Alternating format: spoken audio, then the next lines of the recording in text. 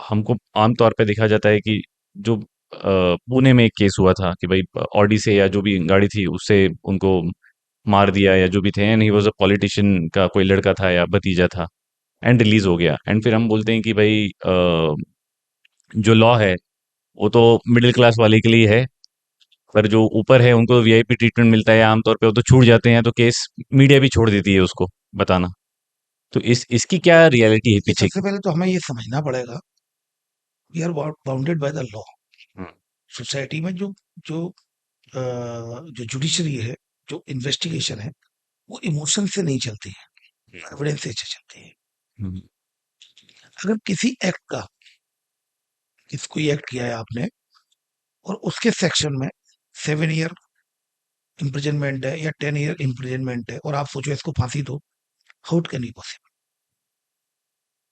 तो अगर किसी ने मारपीट की है, किसी ने सपोज टू बी तुम्हारे सामने तुम्हारे ही पिता को 2 थप्पड़ मारे, उसके बाद आप थाने गए, आपने रिपोर्ट लिखाई, लेकिन वो थाने से छोड़ देगा, जमानती है, लेकिन आपके अंदर क्या एग्रेशन है, आपके लिए जीवन का सबसे गलत काम हो गया। कड़ी से कड़ी सजा होनी चाहिए, और वो कड़ी टाइम से तो कड़ी व्यक्ति वही सोचता है। कड़ी से कड़ी सजा क्या हो गई? Ultimate, we are bounded by the law. हमें लॉ के अनुसार काम करना, we have to act according to the law, emotions के साथ नहीं। इसलिए तुमने देखा है ना, कानून। Correction is one of the step. Yes, आपने देखा है ना कि जो फिल्म में दिखाया जाता है कानून पट्टी अंधा, based on evidence only. Unbiased होना चाहिए। Yes, that is the point. तो इसमें ऐसा नहीं है कि उसको जल्दी जमानत होगी। अगर आप देखेंगे एक्सीडेंट के केसेस में यही स्थिति है।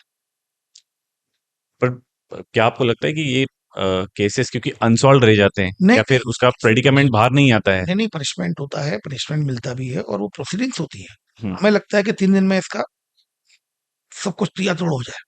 हम्म। प्रोसेज होते हैं भाई, एविडेंस होंगे, एक डायरी होगी, चालान पेश होगा, उसकी राइट, राइट टू, जो राइट टू हैव हियरिंग का उसको राइट है, अपनी बात कहने का उसको अधिकार दिया गया है कानून में, आरोपी को भी, तो वो अपनी बात तो कहे। हम्म। एक प्रोसेस होगा, एक प्रोसेस को फॉलो नहीं करेंगे हम, प्रोसेस को फॉलो करेंगे, उसको जेल के पीछे, जेल की सलाखों के पीछे भेजेंगे, इन्वेस्टिगेशन कंप्लीट करेंगे, हम्म। चालान पेश करेंगे, कोर्ट में फिर विक्टिम्स को सुना जाएगा, तब उस एविडेंसेस के आधार पर ही तो सजा मिलेगी।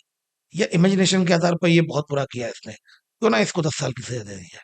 नहीं, ये बिल्कुल एविडेंस एज पर सारी चीजों पर काम होता है, उसके बाद ही फिर फाइनल आउटकम होता है, अनबाइस्ड होता है। We have to do whatever we are doing according to the law.